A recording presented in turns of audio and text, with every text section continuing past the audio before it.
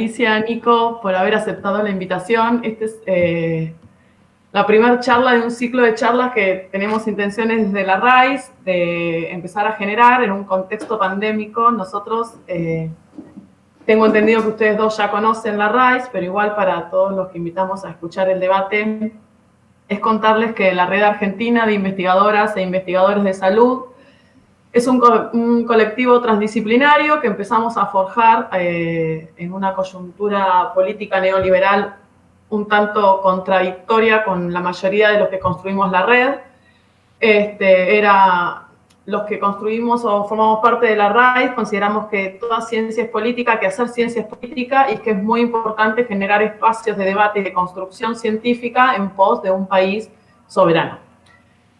Básicamente eso es lo que nos unió. Después empezamos a encontrarnos con un montón de otras investigadoras e investigadores. En realidad pertenecemos a diferentes organismos del Sistema Nacional de Ciencia y Tecnología y Producción de la Argentina. No solamente estamos representados por miembros del Ministerio de Ciencia y Técnica, porque entendemos que la ciencia y la investigación es mucho más que todo eso. Y por eso, justamente en este contexto pandémico y con esto de la ciencia y la necesidad de generar políticas públicas con insumos desde el territorio, desde la investigación y desde la ciencia, es que armamos el ciclo, el rol de los investigadores en el debate público y en la construcción de políticas públicas. Por eso, agradecerle a Nico Kreplak, que es médico clínico, especialista universitario en medicina interna y magíster en salud pública. Además, tiene una diplomatura en economía política de la salud y actualmente es uno de los viceministros de la provincia de Buenos Aires, con Daniel Goyan como ministro de salud y con Axel Kicillof como gobernador. Y después, que se nos acaba de caer, por eso presenté primero a Nico, está Alicia Stolkirner, quien durante 10 años fue coordinadora del Nodo Argentino de la Red de Investigación en Sistemas y Servicios de Salud del Cono Sur, con sede en la Fiocruz de Brasil, y justamente desde allí tenían un intento de articular la investigación, la política y los servicios. Bueno, Alicia de base es psicóloga y además es profesora investigadora de la UBA y de la UNLA. Especialista en salud pública. Bueno, Nico, como se me cayó Alicia, te doy la palabra a ver si logramos que Ali vuelva. Hola, ¿qué tal? Buenas tardes a todos, a todas, a todes. Gracias Sole, gracias Majo, Mari y a todos los compañeros y las compañeras de la RAIS. Está bueno también que aprovechemos estos momentos de pandemia para hacer este tipo de encuentros y compartir un poco. Y a mí, que particularmente estoy metido en el medio del quilombo de la gestión, siempre me gusta frenar un poquito, un ratito, reflexionar, tener un espacio de discusión, de debate, de idas y vueltas, y quizás también a uno mismo incluso le sirve para, pensando sobre un tema en concreto, hoy particularmente la relación entre la ciencia y las políticas públicas. Me parece que lo mejor sería contextualizarlo alrededor de la pandemia. Me parece que en este momento también nos ayuda a que podamos quizás a veces focalizar ideas o organizarnos algunos pensamientos. Pero bueno, yo quería tomarnos unos minutitos y después por ahí si se puede hacer algo de ida y vuelta sería también lo mejor, para reflexionar cómo la vemos nosotros, lo que está pasando, en función también de cuál es el aporte de la ciencia. Nosotros tenemos, por la característica particular de las políticas públicas en salud, son políticas públicas en un área que tiene una intervención científica siempre muy significativa. Es cierto que hay momentos muy neoliberales en donde la ciencia solamente es una ciencia de uso, de consumo para generar, ahí volvió Ali, la ciencia en momentos muy neoliberales es una ciencia que está pensada para, también con una ciencia como mercancía, que por ahí para garantizar algunos subproductos del capitalismo global, que eso es lo que en general en salud tiene mayor presencia en la ciencia, y también en momentos neoliberales se manda o a lavar los platos, o a degradar ministerios de ciencia, o se intervienen sobre las investigaciones científicas diciendo que son unos chorros, unos ñoquis. Bueno, esas cosas suceden, por supuesto. Pero me parece que eso no hay que hacer demasiado análisis para decir que eso es una canallada, digamos, y que nada tiene que ver con lo que cualquiera piensa de que es un proyecto de país serio y un proyecto de país justo. Me parece que esa discusión no tenemos que darla. Sin duda, es indispensable pensar la ciencia para un pueblo. No hay ninguna posibilidad de desarrollar un pueblo, una nación, una patria que tenga soberanía y que no tenga ciencia. Así que esa parte yo la dejaría de lado. Me parece que está bueno aprovechar esta conversación para pensar qué es ciencia, además, ¿no? Porque nosotros, yo la verdad estoy muy contento. Tenemos un equipo, hemos incorporado a nuestro equipo estructuralmente a científicos, muchos de ellos que ejercen la ciencia y muchos de ellos que fueron científicos y que tienen una formación científica y ahora aplican esos aprendizajes, esas lógicas para pensar la gestión. Y ambos aspectos son realmente muy interesantes para cómo hacemos nosotros para trabajar en la ciencia, más en un gobierno como el de Kicillof, que es un científico, que es una persona que se dedicó a la investigación científica mucho tiempo, con una perspectiva política en la economía, pero claramente tiene entonces en su matriz de pensamiento la racionalidad y la necesidad de buscar distintas fuentes y distintas formas de abordar un problema para tratar de conocerlo. Así que en ese contexto es indispensable además tener un trabajo científico para poder hacer una gestión. Pero yo quiero decir una cosa que me pareció al principio, ni bien empezamos con el COVID en el país y me llamó un compañero científico, Jorge Geffner, que es un investigador de la Facultad de Medicina de la UBA, y me dijo, estamos a disposición, era en los primeros días, estamos por empezar con el problema de la pandemia, estamos a disposición, vamos a suspender toda línea de investigación científica nuestra y ponemos a todo el sistema científico a disposición de lo que el sistema de salud de la provincia de Buenos Aires precisa. Dicho y hecho, uno de los principales lugares donde se desarrollan los diagnósticos, pero a partir de eso también que se empezó a pensar en investigación alrededor del uso técnico nada más de la tecnología y el conocimiento para poner a hacer ese diagnóstico, arrancó desde ahí. Y eso enseguida nos juntamos con la gente del Ministerio de Ciencia, con el ministro, con Pablo Núñez y con muchos compañeros y compañeras, a empezar a pensar cómo poníamos todo lo que el sistema científico habitualmente tenía su propia línea de investigación y uno que yo tuve una experiencia de investigación en algún momento, trabajé en investigación básica en la Facultad de Medicina, y uno conoce cómo funciona, hay una lógica medio individual de una carrera sobre un tema muy chiquito y desarrollar producción sobre ese tema, que tiene que ser producción porque también las becas se van atando a cierta producción, y cortar sobre eso para decir, acá hay algo que es más grande que nosotros y que nos trasciende y tenemos que meternos de lleno en esto, me parece que también habla quizás de un momento interesante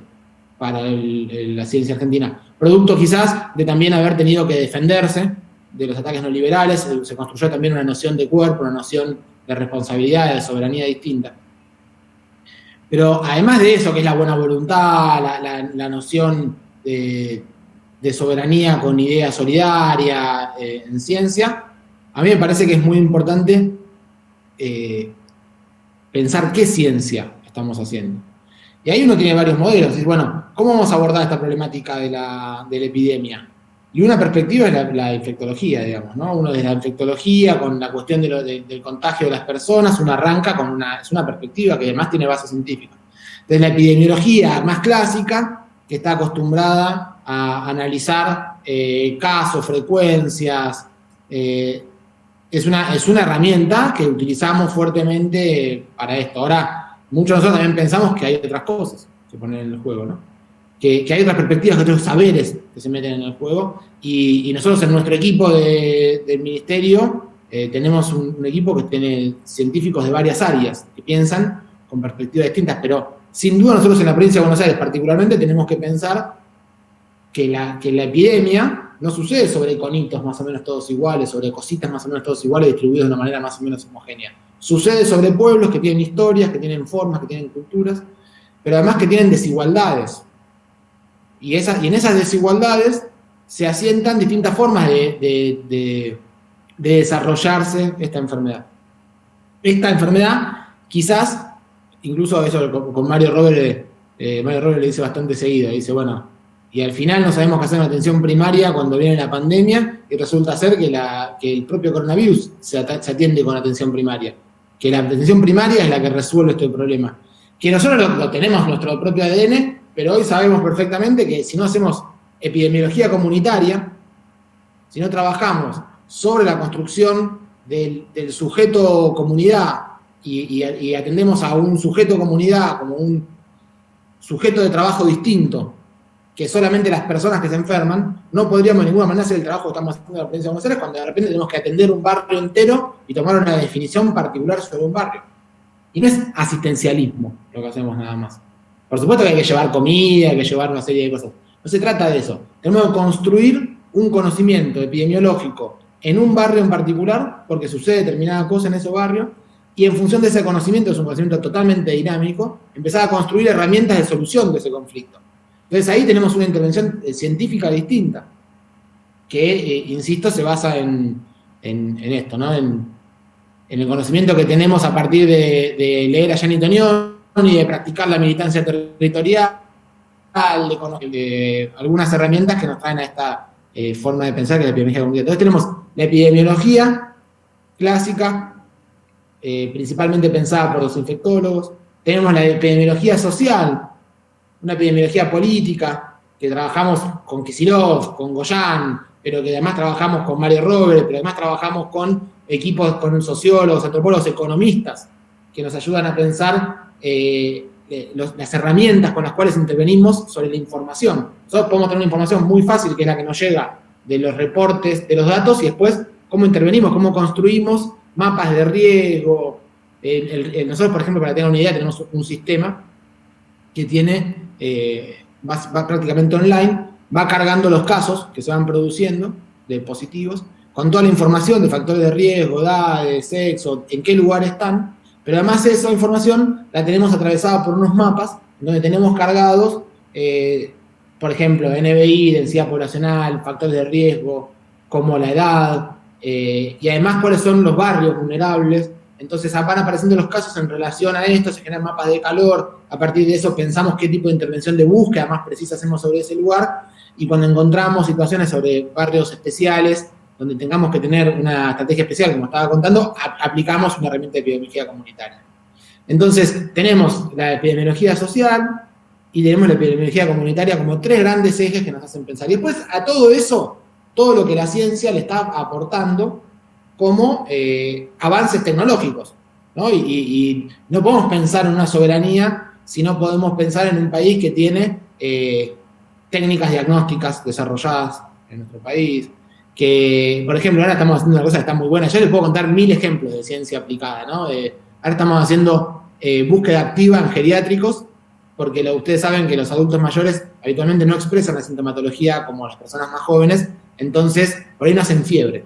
Entonces uno espera que el paciente haga fiebre y le pone el termómetro acá, no hace fiebre nunca, pero tiene fiebre central, habría que hacer fiebre rectal, a todo eso no sucede, entonces nos estaríamos comiendo personas que por ahí avanzan mucho. Entonces, hacemos búsqueda activa y esto trabajamos con el Instituto del Cálculo y un grupo de matemáticos, hacemos pools, y hacemos a muchos, hisopamos en una sola corrida, los mezclamos, hacemos una sola corrida de PCR, y podemos en un solo lugar, con una sola corrida de PCR, hacer un diagnóstico de un geriátrico entero.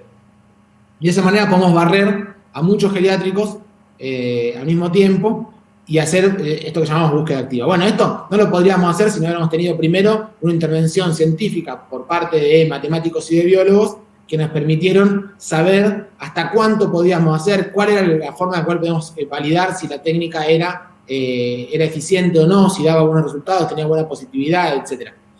Esto es un ejemplo, ni hablar de, ya conocen ustedes, los kits rápidos para hacer diagnóstico, como el NeoKit que se está trabajando, que está basado en la técnica de PCR, y que nos va a permitir hacer diagnósticos no solo un poco más rápidos, sobre todo descentralizados, sin necesidad de tanta maquinaria, entonces mucho más barato, y también es un cuello de botella. Bueno, hay innumerables cantidades de herramientas, estamos investigando terapéuticas, varias formas de tratamiento distintas, con muchas expectativas. De esto no quiero hablar mucho porque no quiero quemar nada hasta no tener resultados, pero venimos con cosas lindas y bien, que quizás podamos ser nosotros la vanguardia. Yo creo que somos los que estamos más avanzados científicamente hablando del uso de plasma convaleciente, porque estamos haciendo investigación científica alrededor de eso.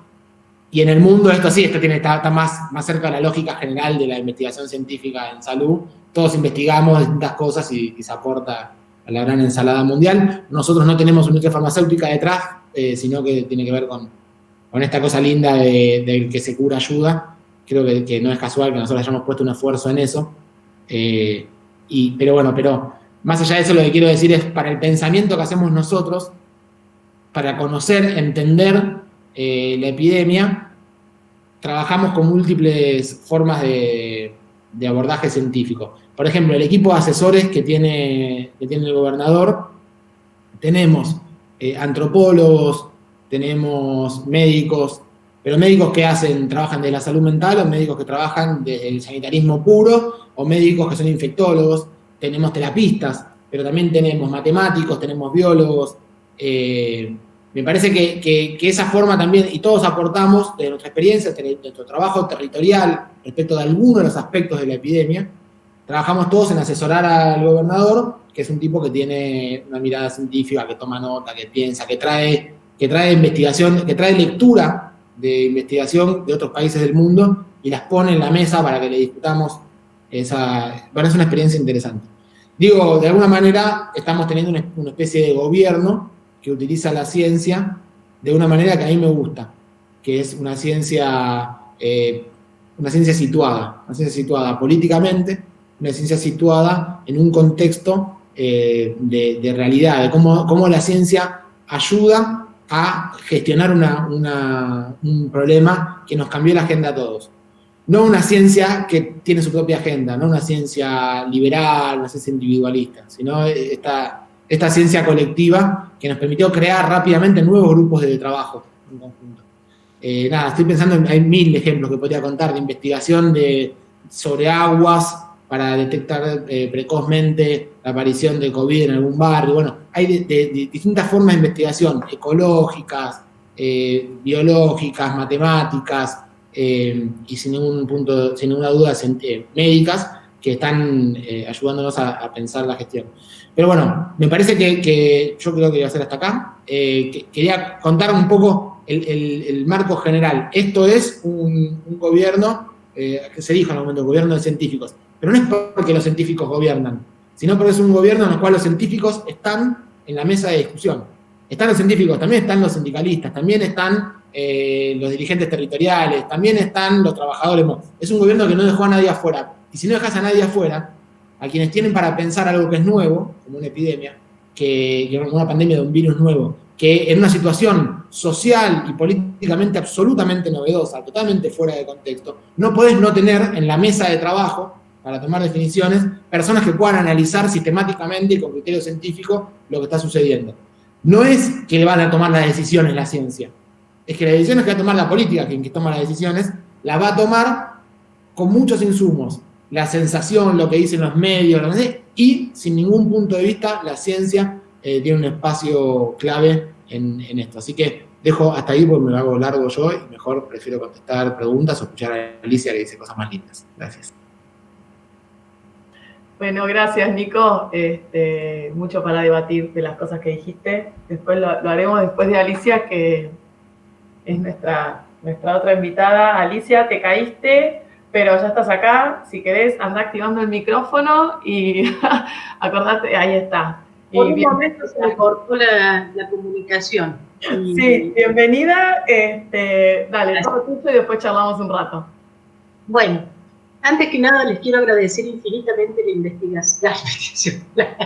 la invitación, no solo por compartirla con Nicolás, sino por el tema, además, y básicamente porque a mí me parece muy importante que exista una red de investigadores e investigadoras de salud. Yo, que pertenezco a la Asociación Latinoamericana de Medicina Social, que es ya de por sí un campo interdisciplinario, reconozco que, sin embargo, nosotros recortamos el lado de lo social, estamos mucho más ligados a las disciplinas, a los enfoques y a las disciplinas que hacen a la salud en cuanto a colectivos humanos, pero sumamente distantes de la investigación que uno podríamos decir básica o de la investigación que en el lenguaje común llamamos dura, en salud. Entonces, una convocatoria donde están directamente todos los investigadores de salud, me parece una cosa interesantísima. ¿Por qué?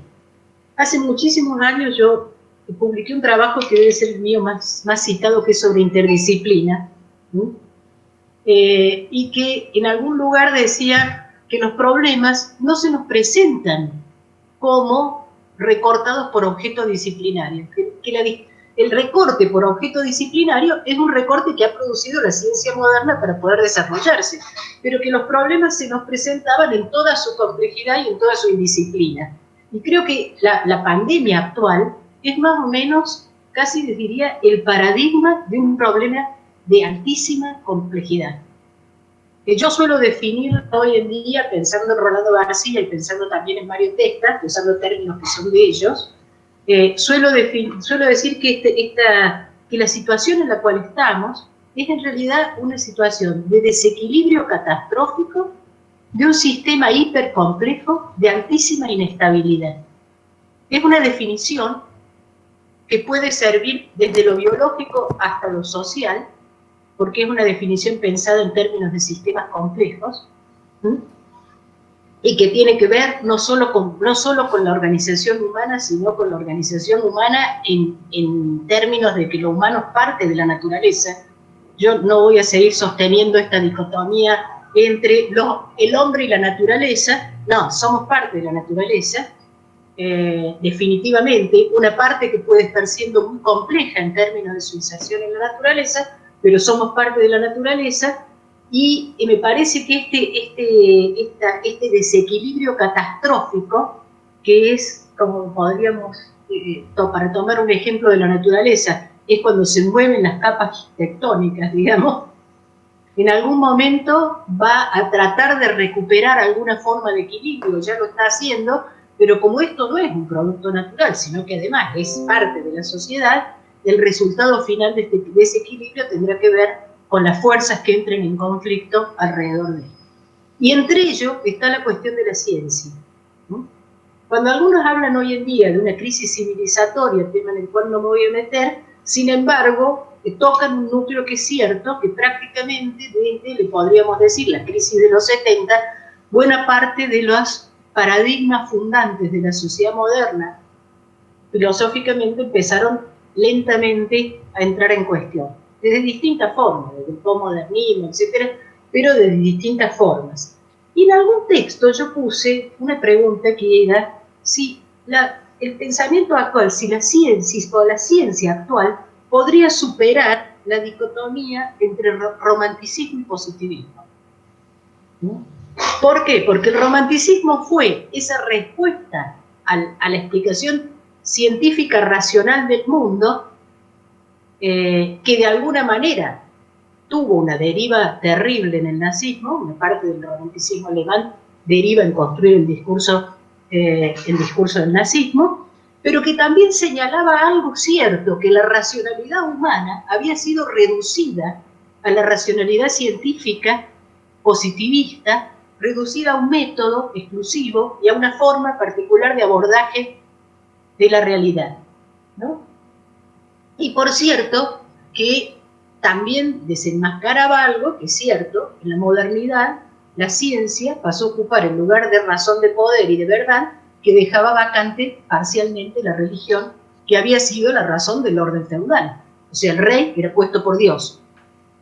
En el momento en que apareció la idea de democracia, la autoridad es puesta por el pueblo, hubo una intercalación allí, que fue, sí, pero, como Porfirio Díaz dijo en México en algún momento, el gobierno a los científicos. Esto de que gobiernan los científicos, esta frase nació en el porfiriato en México. Pero la pregunta no es si gobiernan los científicos, sino cómo se gobierna y qué lugar ocupan los científicos en ello. Entonces, ante esta, porque yo he sido de las que han discutido la lógica tecnocrática. ¿Cuándo? Durante los 90, donde aquello que se planteó como la mega ciencia, que era la economía con unos valores econométricos y unas pruebas matemáticas fundamentales que se desplazaron a salud con una fórmula impresionante que era, por ejemplo, los años de vida ajustados según discapacidad para calcular la relación costo-efectividad de cada acto de salud, y que se supone eran la objetividad absoluta por encima de cualquier conflicto social, cuando uno descubría después que adentro de esa herramienta, en el corazón de esa herramienta, años de vida ajustados según discapacidad, había una decisión ético-valorativa de dar por equivalente numéricamente a un discapacitado con un muerto. Y esa no es una decisión objetiva, eso es una decisión política, ética e ideológica, contenida adentro de una fórmula matemática. No sé si es más o menos claro lo que trato de expresar. Es que ya en el campo mismo de las ciencias más duras, como la física, esta cuestión de la objetividad absoluta, que permitiría pensar en una verdad absoluta, en nombre de la cual se admite intervenir sobre el conjunto, en el campo mismo de la física cuántica, estaba puesta en juego. Entonces, encuentro una frase de Boaventura de Sousa Santos que dice: estamos en el fin de un ciclo de hegemonía de un cierto orden científico que nació con el modelo de la racionalidad de la ciencia moderna y negó el carácter racional a todas las formas de conocimiento que no se pautaran por sus principios epistemológicos y reglas metodológicas. ¿Esto qué significa? ¿Que tenemos que volver al romanticismo y tirar la ciencia por la ventana? No. Como bien lo decía Nico, esto significa que tenemos que integrar el conocimiento científico en un campo de actores más potente y ponerlo al servicio, no como ha estado, al servicio del desarrollo capitalista, pasando por encima muchas veces de la ética y de la vida, sino al servicio de la salud y de la vida. Entonces, cuando yo lo escuchaba a Nico, estaba muy contenta, porque cuando yo hice mi posgrado en epidemiología, y más allá que después me formé en epidemiología social, epidemiología crítica y epidemiología comunitaria, a mí me quedó un cierto placer en la epidemiología clásica, en encontrar cómo empezó un brote de escorbuto en Bariloche. Entonces, alguna vez llegué al pueblo donde veraneo y me di cuenta que había 10 personas con hepatitis A, y dije, acá está pasando algo, y no paré hasta que investigué el origen de un brote de hepatitis A en un pueblo. Hablé con el jefe comunal, trabajamos el problema del agua, y yo me sentí como si fuera en el nacimiento de la epidemiología, digamos, aplicando la epidemiología más Sherlock Holmes, y creo que esa es absolutamente necesaria hoy en día para encontrar paso por paso cómo se está por reproducir un brote epidémico en una comunidad. Pero simultáneamente, curiosamente hemos coincidido, Nico, porque simultáneamente yo estaba revisando el texto de Mario Rovere y pensando esta cuestión de que es cierto que necesitamos respiradores, es cierto que necesitamos vacunas, es cierto que necesitamos medicamentos y salas de terapia intensiva, pero en realidad lo que la experiencia está mostrando, que ahí donde hubo servicios de salud, donde el Estado articula territorialmente con las comunidades, con los actores sociales, en la inserción directa de las prácticas de salud en la población, es ahí donde hemos tenido más resultados preventivos, o sea que hemos logrado, o estamos logrando, o se está logrando un mejor resultado dentro de lo difícil que es evaluar resultados en esta situación, ¿no? Quiero dedicarle un minuto a hablar de algo de lo cual se habla hoy, que es la sociedad del conocimiento o el capitalismo cognitivo, que en realidad son como dos formas ideológicas distintas de interpretar lo mismo, para terminar derivando en algo que es común a ambas posiciones, que es que no existe hoy en día forma de pensar una sociedad una sociedad potente, vamos a llamarla así, sin pensar también en la capacidad de esa sociedad de producción de conocimiento científico. Y cuando digo científico, digo en el más amplio sentido del término, porque tenemos que incorporar formas de pensamiento que quizás no son de la ciencia convencional para desarrollar campos de conocimiento quizás novedosos frente a problemas necesarios, organizando la producción de conocimiento alrededor de problemas de manera interdisciplinaria e incorporando otros campos de razón, ¿no? no solo la razón científica. Pero entonces, ¿qué es lo que quería decir, sin embargo, del capitalismo cognitivo? Que algo Nico adelantó. Esta cuestión de, o mejor dicho, de la sociedad del conocimiento, de cómo las ciencias han quedado atrapadas también por el mercado. En dos razones. Una, la subordinación de la ciencia al mercado, pero otra, la transformación de la ciencia en un mercado científico en un mercado en sí misma. O sea, hoy en día suceden cosas impresionantes. Por ejemplo, un equipo de investigadores paga por publicar, ¿no? Y paga mucho. O sea, publicar una publicación digamos, una publicación de alto nivel, de alto impacto, etcétera, que es importante sobre todo para los investigadores del campo de las ciencias básicas, pero para todos, empieza a ser ya un comercio por el cual las editoriales le cobran a los investigadores no por publicar, sino inclusive por revisar la posibilidad de la publicación. Ahora, después ese mismo equipo de investigadores o el Estado que la financia, termina pagando para acceder a las publicaciones. Y los investigadores no pueden dejar de hacer esto porque sus carreras y la financiación de sus proyectos dependen de esos campos de investigación.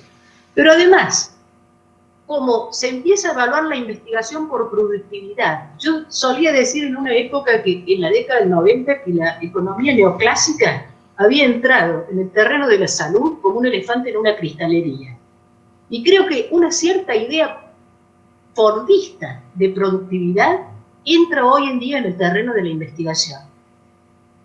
Y particularmente, quiero decir, en el terreno de la investigación básica, a donde muchas veces se le exige resultados cuando las ideas son ideas costosas, que puede llevar muchísimo tiempo de experimento establecerlas. Entonces, esto produce, pero como se necesita para sostener los equipos y las carreras, produce que en realidad, o una de dos, o se siga trabajando con ideas que son más fáciles y se renuncie a ideas que son un desafío más importante, o eventualmente se falsifiquen experimentos. Entonces, alguna de la producción internacional tardamos después en descubrir que tiene alguna mano puesta en esto. Todo esto resulta en que los investigadores, dicho sea de paso, que son la mano de obra de todo esto. Bueno, alguna vez una bióloga muy importante dijo: nosotros somos el proletariado del mercado de la investigación. Porque finalmente, en lo que tanto se habla del mix público-privado en la producción del conocimiento científico, en realidad, me van a disculpar, voy a hacer una cita que es política, parece ser, termina resultando entre el Estado, los investigadores y la producción científica producida por una sociedad, más el privado, lo que suele resultar es que, como dijo Perón cuando el Frejuli, armó el Frejuli, y había quienes le exigían para entrar en ese acuerdo político, dijo: me piden hacer un negocio que es de sándwiches de pollo y de vaca. Dice: quieren que yo ponga la vaca y ellos ponen el pollo. O sea, cuando uno ve que hay por detrás de muchos de los grandes medicamentos, por detrás del medicamento que después se patentó y quedó en el sector privado, por detrás de esto que parece una producción del sector privado, hay una fuerte inversión estatal. La articulación público-privado hay que pensarla de una manera totalmente distinta. Y esto se va a notar ahora cuando discutamos el acceso a lo que posiblemente sea una vacuna, el acceso a lo que posiblemente, si estamos hablando de un medicamento que es un derecho, o si estamos hablando de un medicamento que va a ser producido por investigadores, pero que va a ser capitalizado generalmente por corporación. Esto, hecha esta salvedad, quería decir lo último, más o menos lo siguiente, que es, quiero detenerme un momento en la epidemiología en salud mental porque está siendo usada por razones políticas. O sea, circularon, primero, hay una epidemiología que se está haciendo un poco berreta en salud mental, que consiste en utilizar una herramienta que es, por ejemplo, una encuesta electoral, donde la muestra es incidental, entonces la muestra no representa a la población, por ejemplo, tiene un 11% de pobres, y después sacar de ahí conclusiones acerca del daño y la psicopatología que está produciendo la cuarentena. Y acá yo voy a volver a un principio básico de los estudios de impacto en epidemiología. En el estudio de impacto, un elemento central es el nexo causal. O sea, hay que tener claro que aquello que uno va a probar, por ejemplo, el impacto de una campaña de vacunación, tiene que tener claro que el nexo causal es haber vacunado en relación a lo que se evalúa. Me voy a poner súper positivista. Ahora, en medio de esta situación global, mundial, de alteración de la vida de un planeta, un solo elemento, que es la cuarentena, es considerado con nexo causal directo con factores indefinidos, como por ejemplo la angustia, la incertidumbre, etc., para terminar abonando, por medio de determinados medios de comunicación, a la idea, a una cierta idea, de que se estaría generando un malestar innecesario en la población. Y convocando entonces a determinadas movilizaciones donde lo que vemos aparecer en esas movilizaciones es el romanticismo. Lamentablemente hay equipos de investigación planteados como que llevan signos en algunos casos de la universidad, entonces legitiman con esto la idea de que esto es científico y es bueno. Ahora, cuando uno desarma la herramienta, en algunos de esos estudios, en uno de ellos se utilizó, por ejemplo, una medición psicopatológica, una medición de una herramienta de screening psicopatológico, de riesgo de psicopatología anglosajona, que había sido aprobada previamente con estudiantes de Harvard y que tenía preguntas como nunca utilizada en una pandemia de esta magnitud, y que tenía preguntas como la siguiente. ¿Ha pensado que podría morir? ¿Ha pensado en la muerte? Califica como depresión. ¿Tiene miedo de salir de su casa? Califica como agorafobia. Y la más maravillosa de ellas es sick, se la digo ya. ¿Tiene miedo de estar en multitudes? Califica como agorafobia. Entonces, ahora, después, la herramienta desaparece. Es como la herramienta desaparece y uno ve números y gráficos y dice, wow, esto debe ser un estudio científico, digamos, ¿no? La diferencia entre decir una muestra incidental y una muestra aleatoria es muy grande. Incidental quiere decir al que me atendió el teléfono. Y aleatoria quiere decir representativa. Estoy hablando dentro de la lógica de una investigación de corte cuantitativo duro, ¿está claro? O por ejemplo, las dos provincias cuyos mejores gobiernos respondieron son reconocidas por su población como habiendo respondido. Una es Jujuy, la otra, no me acuerdo cuál es, Corrientes. Ahora, cuando uno ve cómo se tomó la muestra, se están omitidas directamente algunas provincias, incluyendo las dos provincias donde no hubo ningún caso, como Catamarca y Formosa. Entonces, es realmente, yo quiero decir, la utilización, porque la utilización del lenguaje científico para tratar de fundamentar la validez de algo que finalmente es instrumentado políticamente es otra cosa que tenemos que poner en debate. Entonces, porque hoy en día epidemiólogo es cada persona que se para delante de un televisor. Entonces comparan, por ejemplo, se olvidaron de algo que es básico en la epidemiología, básico. Por ejemplo, para comparar tasas hay que ajustarlas. No se pueden comparar las tasas de dos poblaciones que son totalmente distintas. Hay que ver la densidad demográfica. Por ejemplo, una cosa que es muy distinta en esta epidemia, es muy distinta una isla que un país que tiene frontera.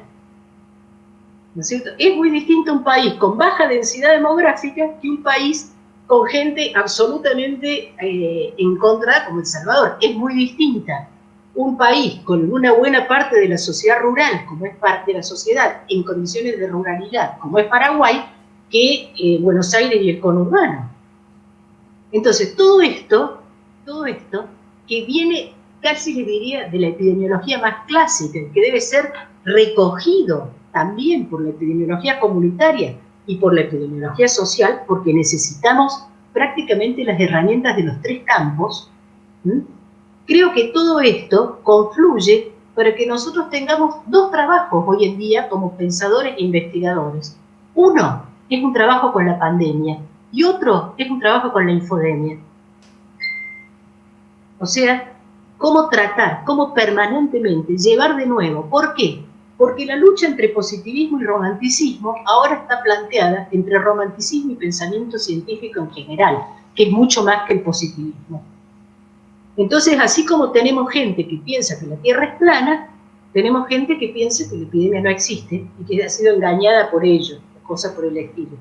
Y en parte, algo de este debate tenemos que poder comprender para intervenir. Entonces, tenemos que pensar la salud en todas sus dimensiones y para ello necesitamos efectivamente investigadoras e investigadores de salud, no de salud, medicina social por un lado, salud mental por otro, ciencias básicas por un lado. Esto significa aprender a compartir nuestros lenguajes.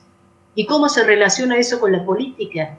Porque también significa aprender a compartir el lenguaje con los sentires, decires y prácticas de los actores sociales, que en síntesis de eso se trata la política cuando se trata de una política popular o de cualquier política. No sé si me extendí demasiado, pero era más o menos la idea que quería transmitir. Dejamos abierta la pregunta. Brillante, los dos. Nico, si querés habilitar el micrófono, como te sientas más cómodo. Es un lujo tenerlos, la verdad. Los dos pensadores, los dos prácticos. Ahora yo voy a pasar a leerles un montón de preguntas que fueron llegando. No me voy a detener yo a pensar y a hablar con ustedes porque si no sería muy egoísta de mi parte. Pero a ver, esperen. Por ejemplo, acá dicen: buenas a todos, a todos y a todas. Muy buena pregunta. Muy bueno todo. Una pregunta para Nicolás: ¿qué ciencia queremos? ¿Qué ciencia necesitamos? Bueno. Creo que lo pueden contestar los dos. ¿Qué ciencia queremos y qué ciencia necesitamos? Esa es la pregunta. Bueno. El problema que tienen esto que no tenemos una ida y vuelta. Claro. No, yo creo que la ciencia que queremos y necesitamos es la misma. Lo que queremos y necesitamos es una ciencia que piense en nuestra sociedad, que la piense con libertad, que piense que sea. Yo creo mucho que tiene que haber una ciencia que no esté subordinada a intereses económicos, extranjeros, pero tampoco que esté subordinada al poder, a estar acomodada. A mí me parece que la ciencia tiene que tener un poquito de rebeldía, que tiene que pensar un poquitito, que tiene que trabajar para el pueblo, digamos, no para los poderes. Pero tampoco tiene que ser por eso inútil, que trabajar pensando desde su propio ombligo lo que siente que el pueblo precisa, sino también cómo puede incidir en transformar la realidad. Estoy convencido que tiene que haber una ciencia que sea práctica, una ciencia que podamos utilizar.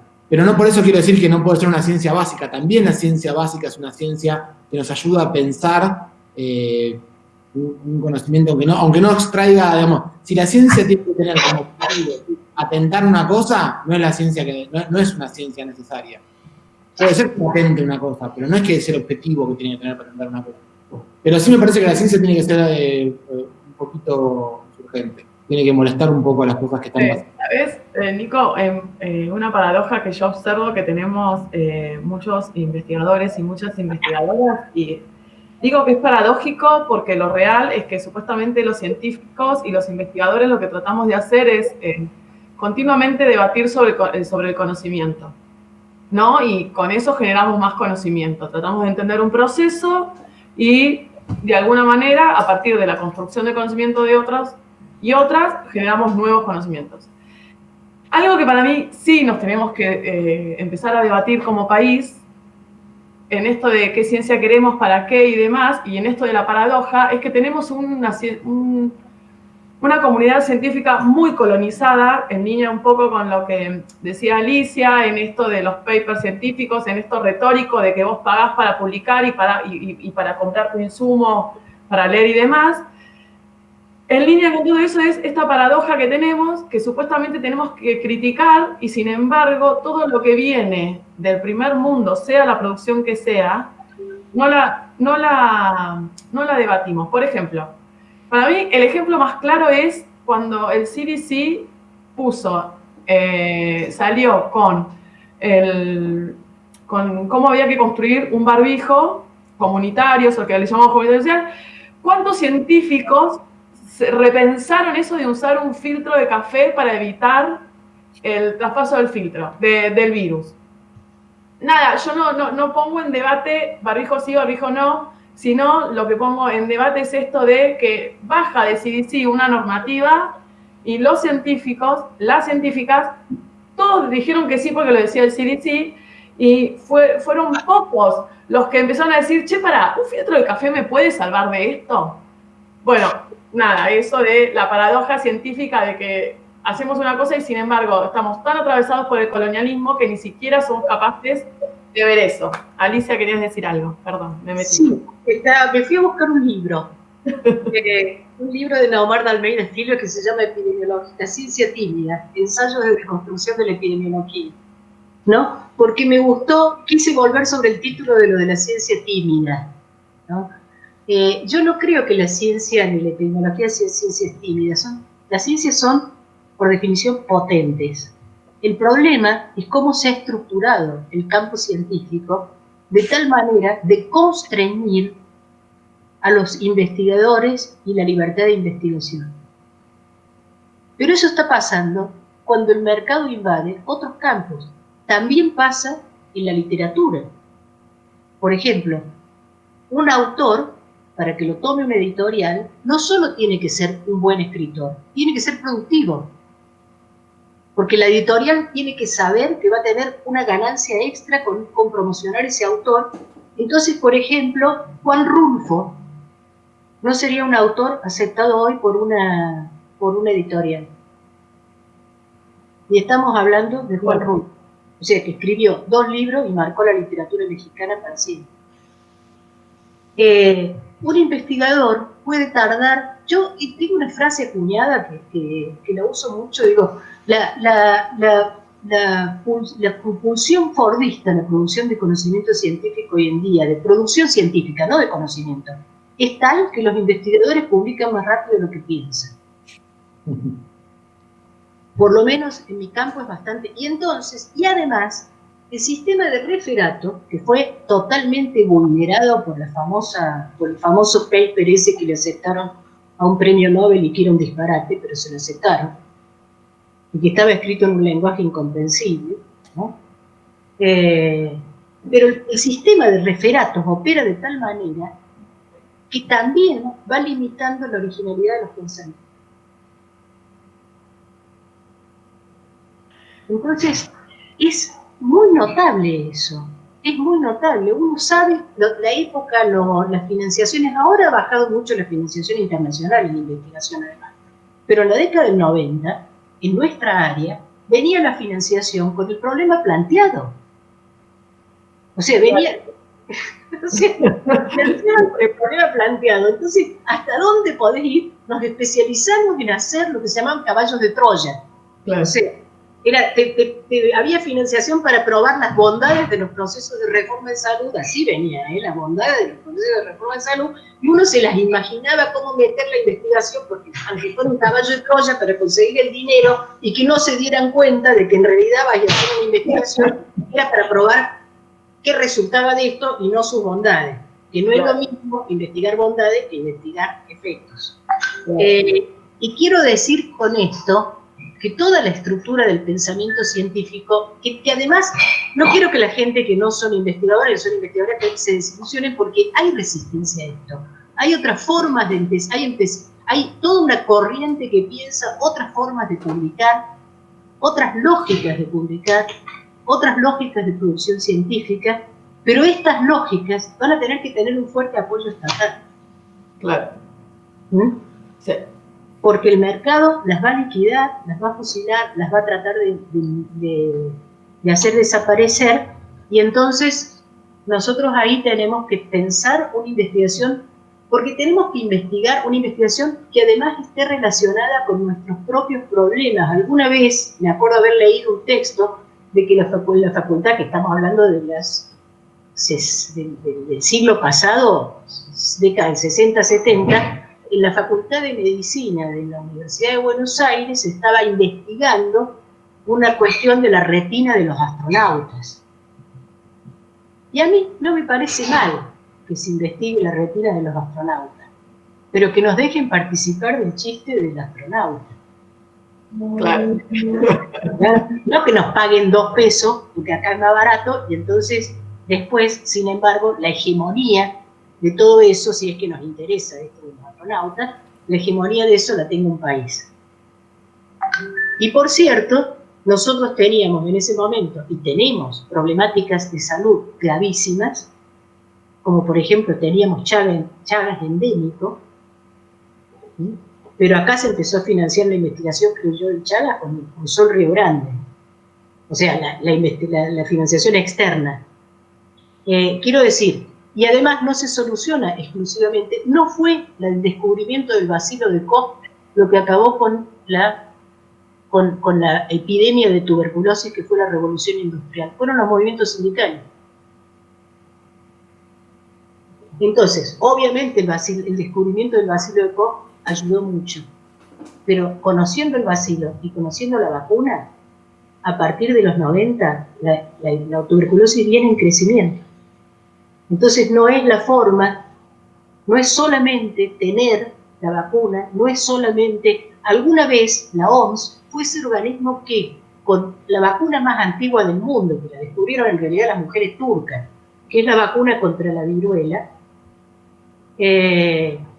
con esa herramienta y con todas las naciones mancomunadas, erradicó una epidemia. Erradicó la viruela, además, que había dejado millones de muertos. Pero para eso se necesitó no solo la vacuna, sino una acción política mancomunada entre distintas naciones, que es probablemente ese modelo de acción de la OMS, que fue entre los 50, los 60, etcétera, es el modelo de la OMS que ya no existe, en la medida en que se fue desprotegiendo desde la lógica de los estados nacionales y dependiendo de financiaciones externas. Entonces ahí tenemos otro debate que tiene que ver también con la sensación que tenemos hoy en día de que qué pasaría si encontráramos la vacuna, ¿no? No sé si más o menos. Me encantó. Sí, voy con más, tengo un montón. Dice, ¿cómo hacemos para que las capacidades instaladas post pandemia en este diálogo de ciencia para la planificación estratégica siga vigente luego de que pase el coronavirus? Nico, me pagues para vos.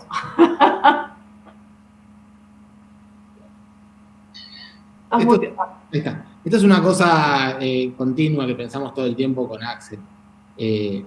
Todo lo que hacemos es estratégico y está pensado. Tratamos de que, excepto por ahí barbijo, qué sé yo, cosas que son como descartables, toda inversión que estamos haciendo, material e inmaterial, hay una inversión inmaterial en el Ministerio de Salud de la Provincia de Buenos Aires que es importante. La construcción de un ministerio con capacidad de gobierno que articule con los actores de la fragmentación del sistema de salud, que ahora están todos sentados en una mesa y hay que discutir todos juntos, tiene por supuesto, la pandemia nos impone ciertas inversiones, pero las inversiones tienen un carácter estratégico continuamente. Todo lo que estamos haciendo, todo, de la más baja a la más alta de las cosas, está pensado en reconstruir un sistema de salud que estaba abandonado. Y la verdad que es en 3 meses hacer lo que por ahí estaba en la planificación de 4 años. Claro. Porque también la inversión económica, el tiempo y la agenda política que tiene la salud en este momento no la vamos a tener en los próximos 50 años. Así que, sin duda, tenemos que capitalizarlo todo lo que se pueda. Seguramente nos va a quedar después un envión para trabajar, pero por eso también nos preocupaba mucho cuando la discusión era terapia intensiva de respirador. Nosotros queríamos que la discusión, sabíamos que la discusión tenía que ser otra, teníamos que construir también políticamente la explicación para entender que no es un problema de respiradores y de barbijos, sino que es un problema de organización del sistema de salud. Sí, pero todo el tiempo está pensado igual. Ali, esta sería para vos. Dice, la pregunta sería, ¿cómo crees que impacta en la sociedad el uso de la metáfora bélica como estrategia comunicativa oficial? Ay, María Soledad, hablamos de eso. Hablamos de eso, Sole, hoy. Yo me quedé con la duda porque vos sos bióloga acerca de lo que digo de los virus, digamos, ¿no? Sí, por eso te la hago, porque la hablamos y me gustó la respuesta, para que todos puedan escuchar. Entonces, a mí me encantó, tuvimos un muy buen diálogo sobre esto, ¿no? Y además me había olvidado de citarte, te voy a citar.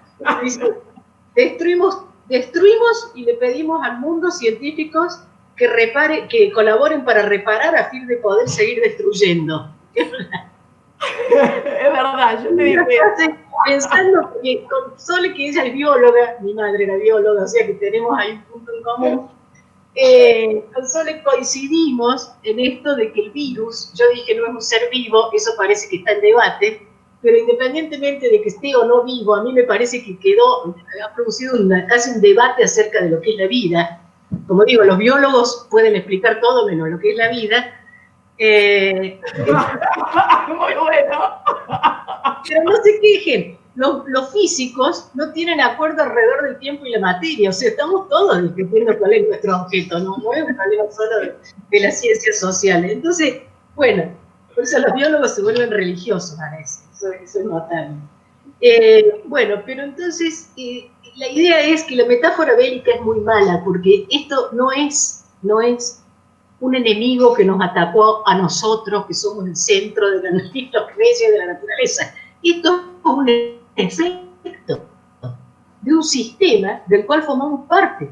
Claro. Y como estamos actuando de determinada manera en este sistema, el sistema produce determinados movimientos transformadores sin intencionalidad.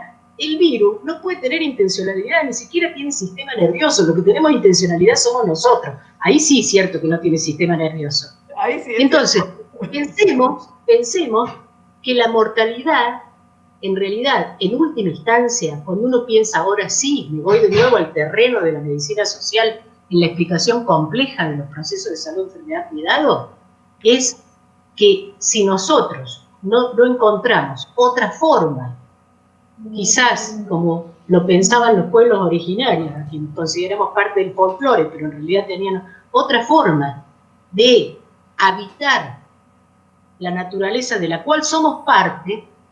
Este año leí un libro que me pareció maravilloso, se llama La vida de las plantas. Es de un filósofo, no es de un biólogo. Y me dio vuelta la cabeza porque me dice, nosotros creemos que las plantas están abajo de todo, en la escala biológica, el hombre está en la punta de una escala biológica, después vienen los animales, después vienen las plantas. Sin ellas no existiría la atmósfera y no podríamos respirar. Y las plantas son el origen de todo el funcionamiento de la vida. ¿Por qué? Porque son las únicas que pueden transformar materia no viva en vida. Claro. Son las únicas que tienen el secreto. Entonces dice, ¿a título de qué nosotros nos consideramos el centro de un planeta y consideramos lo último de la escala viviente a las plantas, que son justamente aquellos sin lo cual el planeta y todo el resto de la vida no podría existir como es? Vuelvo para atrás, porque no estoy queriendo hacer una especie de naturalismo romántico. Lo que estoy queriendo decir es que, en realidad, no es el virus nuestro enemigo.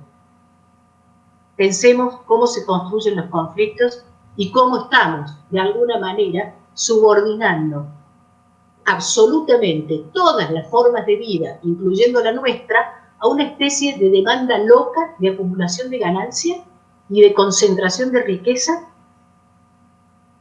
que puede probablemente llevar a la catástrofe mucho más amplia que esta. Ese es el punto. Ya no se trata ni siquiera de hablar de justicia. ¿Sí? Entonces, pensémoslo, yo soy de la generación que fui muy pequeña cuando la epidemia de polio.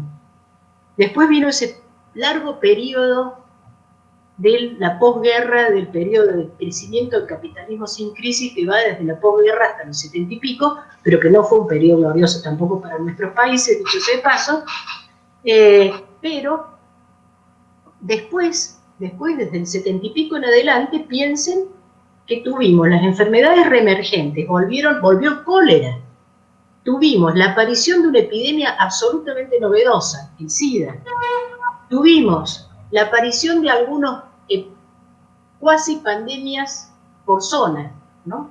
El ébola, etcétera, que produjeron mucha mortalidad, nuevas. Tuvimos el ensayo de la gripe A, la H1N1, que tuvo la característica de que no era tan contagiosa como esta, pero fue igualmente mundial, y si ahora tenemos esta, se suceden de manera cada vez más rápida. Hay que tenerlo claro, se suceden de manera cada vez más rápida.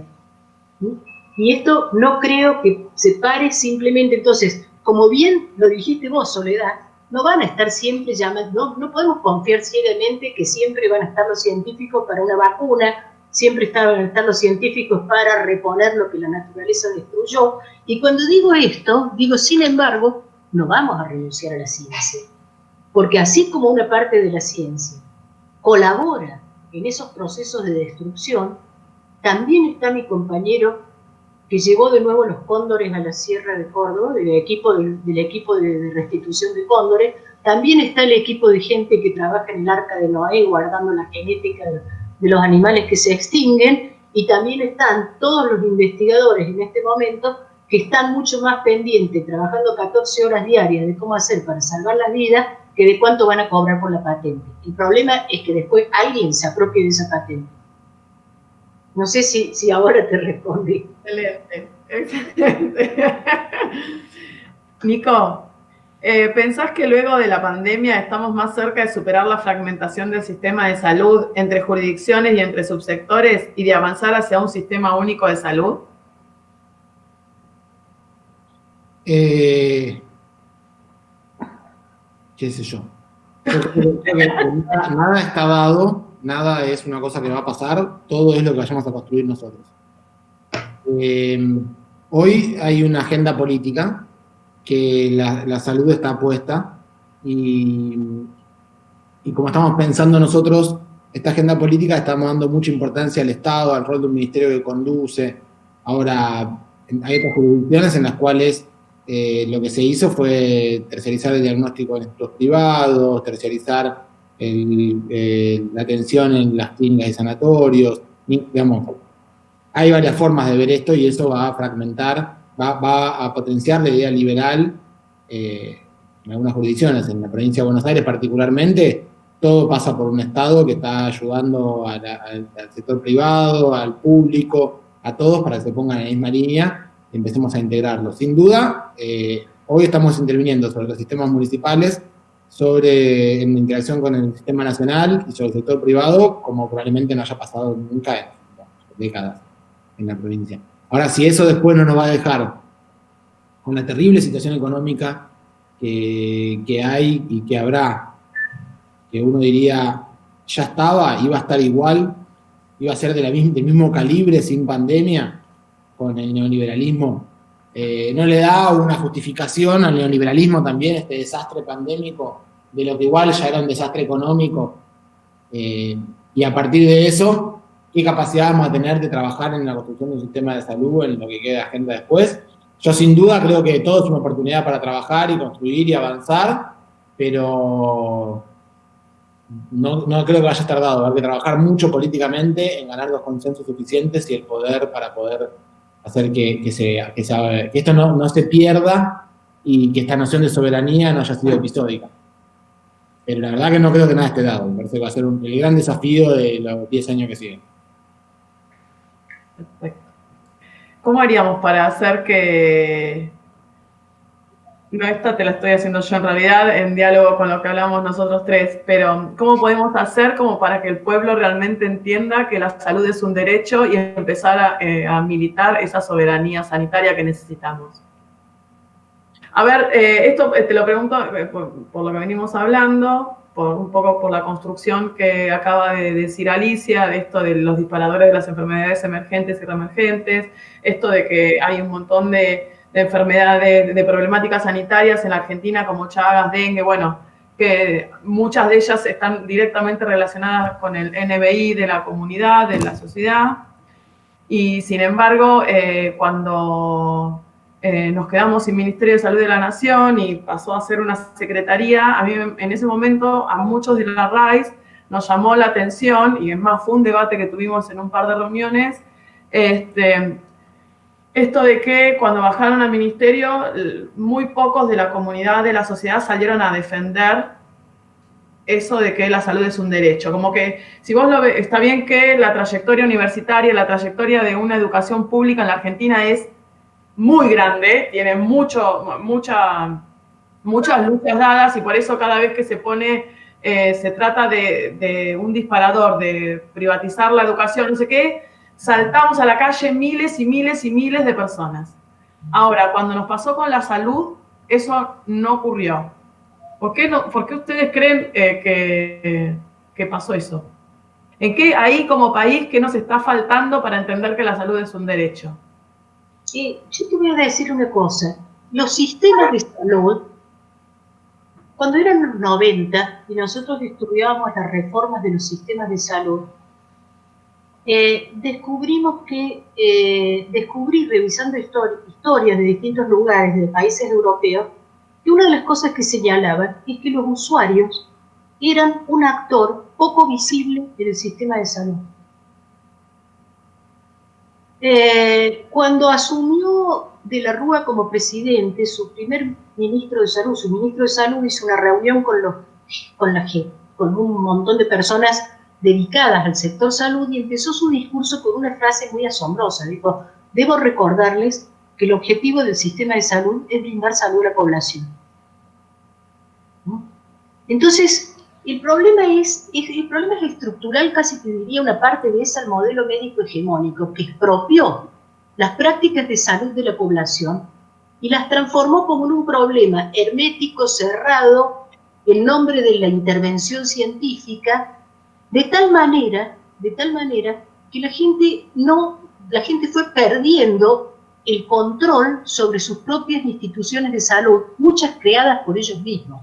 Hay muchos centros de salud que cuando uno les rastrea su origen, fueron creados por desarrollo de la comunidad. Cuando yo trabajaba investigando en el Hospital San Miguel Dorado, ese hospital fue producto de 30 años de lucha de la sociedad del Dorado. Una demanda que finalmente respondió el gobierno, ¿no? Sin embargo, una vez que, por decirlo de alguna manera, el modelo médico hegemónico se apropia de todo eso, deja por fuera al paciente en un lugar pasivo e individual. Entonces, cuando, por ejemplo, en los 90 empezaron a focalizar el programa de atención primaria de la salud, etc., la gente decía, los agentes sanitarios se fueron. Pero curiosamente, una población muy participativa en salud no reclamó por algo que, sin embargo, valoraba, que era el programa de atención primaria de la salud. Quiere decir que todavía no había logrado sentir que eso era una práctica propia. Claro. Y por cierto, es tan complejo lo de salud, en el periodo que va de 2003 al 2016, hubo una serie de leyes. Yo creo que ahí empezaron a organizarse, para bien o para mal, porque hay leyes por patología en salud mental, pero hubo una serie de leyes, algunas de las cuales, las que yo más conozco, la Ley Nacional de Salud Mental, se pudieron enunciar como se enunciaron y salieron como salieron porque de repente aparecieron actores nuevos, no las corporaciones profesionales, sino los organismos de derechos humanos, las organizaciones familiares, etc.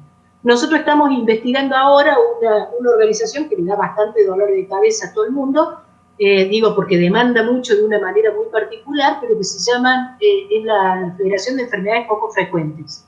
Sí. ¿No?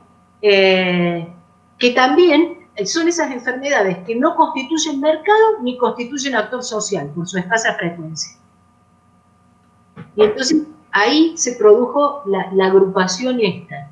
Entonces hubo un periodo, ese periodo empezaron a aparecer de distintas maneras, de distintas formas antagónicas, empezaron a aparecer actores sociales, colectivos sociales, con determinadas demandas específicas de salud, que creo que la que tuvo el actor más fuerte en el terreno de la salud, que configuró un actor de impacto, fue el movimiento de género, el movimiento de las mujeres, alrededor inicialmente de la salud reproductiva, las cuestiones de identidad de género, pero básicamente el debate alrededor de la interrupción voluntaria del embarazo. Quiero decir, ahí tenés un ejemplo de cuando se interviene directamente, un actor social interviene en el sistema de salud. Pero lo que normalmente produce el sistema de salud, históricamente el sistema prestador de servicios de salud, es una cierta verticalidad política dirigida a la atención del individuo, que está muy en el modelo biomédico, que no construye actor social. Quiero decir que también el sistema de prestación de aseguramiento no construye actor social. Claro. En Colombia pusieron el sistema colombiano, que era el modelo así de la reforma, lo han puesto contra las cuerdas, pero persona a persona, demandando lo que sería un amparo, que es demandando cada uno de ellos una prestación que no se le da por la vía constitucional de la Corte Constitucional, haciendo lo que se llama una tutela, que es como nosotros diríamos un amparo. Y como la Constitución tiene el derecho a la salud, entonces ahí por vía indirecta, pero no es que se constituye una asociación de personas que quedaron por fuera de cobertura. Cada uno de ellos se constituye como un actor individual. No sé si respondí a mi pregunta. Para mí, perfecto. Nico, te saludan de Calafate. Dice, un gran saludo de Calafate Sole. No, a mí me saludan para el Calafate. Nico, dice, ¿vale pensar la pandemia como un hecho social total? Es algo que me interpela. Mi pregunta tiene que ver con la construcción del conocimiento, la investigación alejada de los centros de producción académica y el rol de los investigadores que estamos alejados. Observamos otras categorías y otras determinaciones, migraciones, viviendas, etcétera. ¿Cómo sumar desde acá y federalizar la mirada? Creo que ya sé dónde viene la pregunta.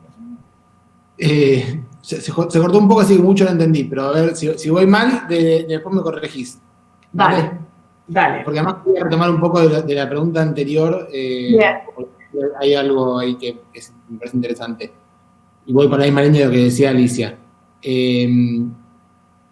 Yo creo que un problema muy grande que tiene la salud, el modelo médico hegemónico y esta mirada corporativa de las cosas, es que lo desnaturalizamos, lo sacamos de su construcción política e histórica, y entonces después no le podemos reclamar a nadie, digamos. ¿Por qué vamos a pedir a la sociedad que vaya a reclamar por una cosa que nosotros le ponemos un lenguaje raro, lo alejamos, lo ponemos como una costumbre de la corporación? Sin embargo, cuando se cerró el Ministerio de Salud, creo que fue la marcha por la salud más grande que uno tenga recuerdo. Entonces, verse es una construcción dinámica, larga, compleja, que incorpora a todos los actores, pero que vamos a perderla si pensamos que es una discusión del sector de la salud. Y que el gran capital que tenemos ahora es que todo el mundo está hablando de salud, que el periodismo, que la prensa, que la gente, que los políticos hablan de salud.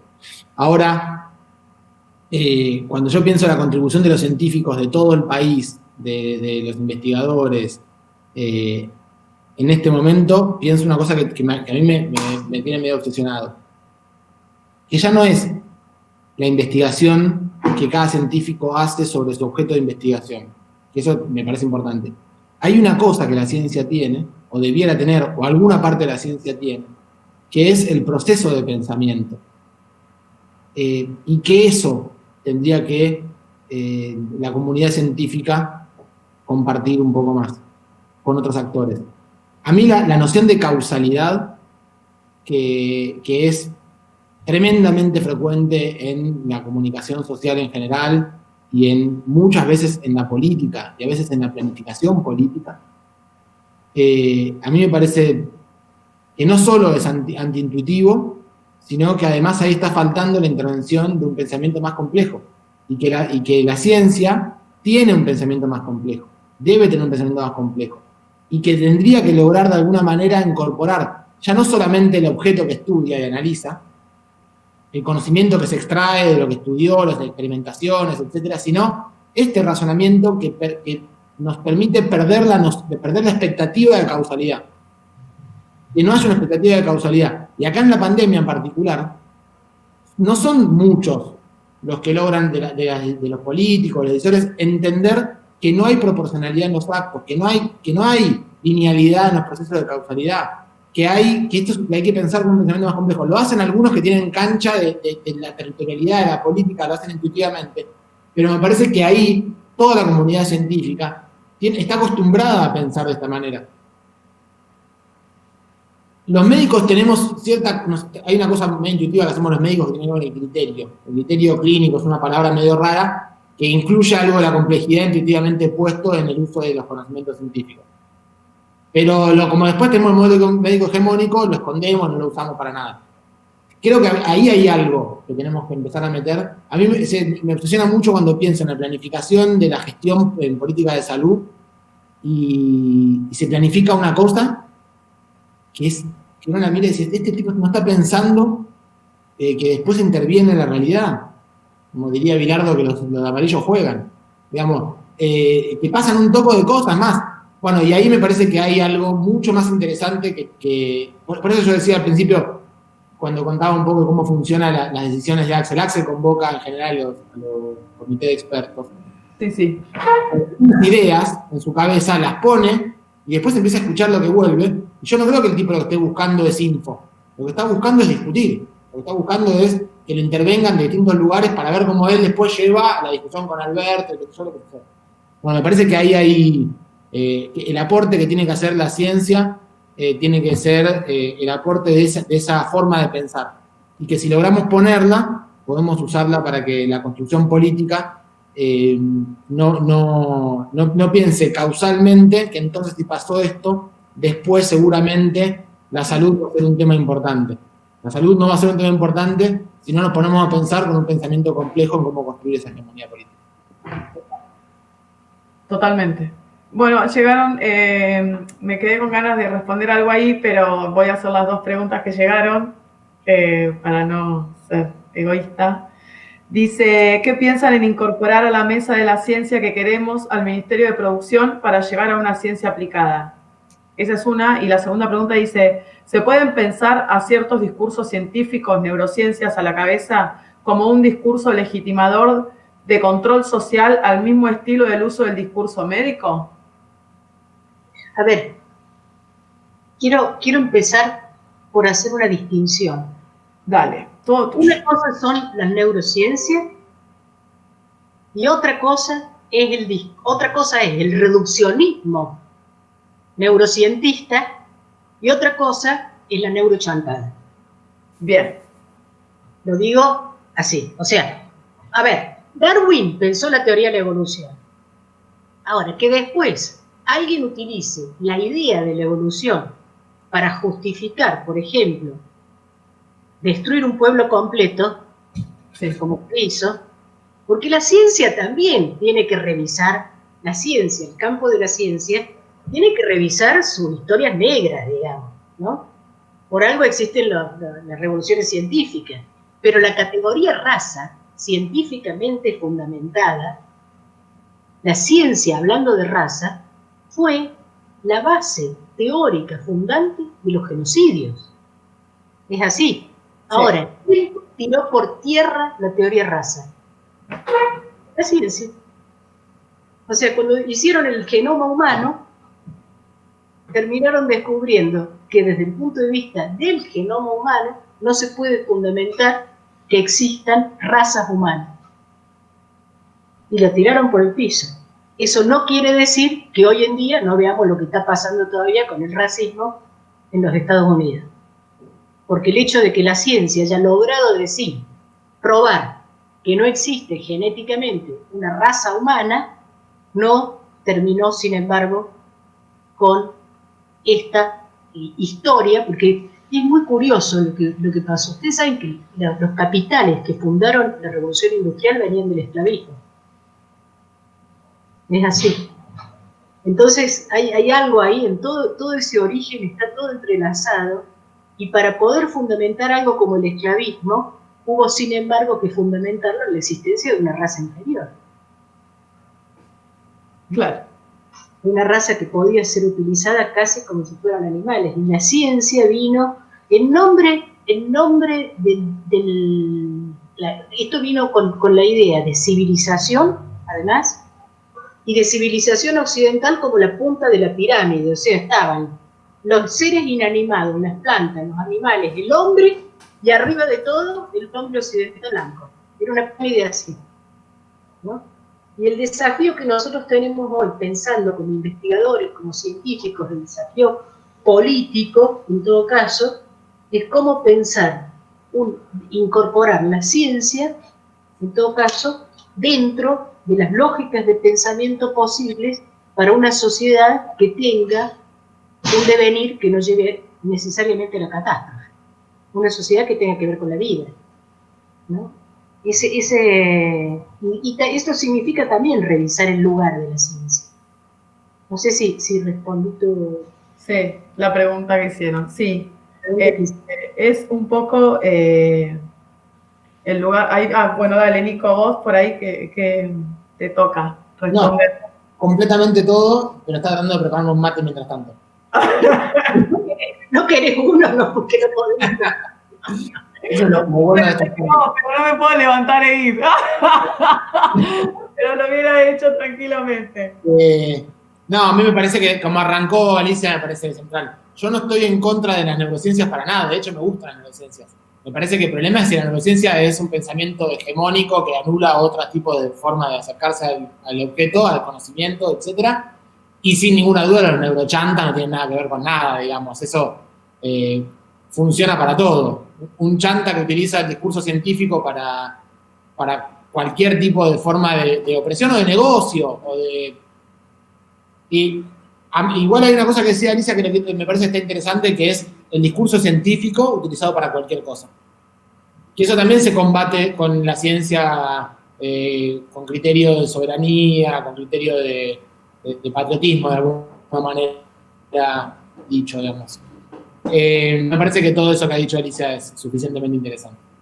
Sí, en línea con eso, un poco también pasa con esto de empezar a romper también con la visión del científico hegemónico. Viste que está como puesto de que el científico, de hecho, se ve ahora en la pandemia cuando hablan los científicos, porque si es una científica o un científico, el que está dando una opinión tiene una verdad absoluta que todos sabemos que a veces es más que una visión científica, es hasta una forma de verbo analizar. O sea, nosotros en la RAIS siempre decimos esto que yo dije al principio, Ali, a vos justo te habías caído, de que todos nosotros consideramos de que hacer ciencia es política, y cómo se construye esa ciencia es político, a quién lees, a quién citás, cómo lo discutís, todo eso es política.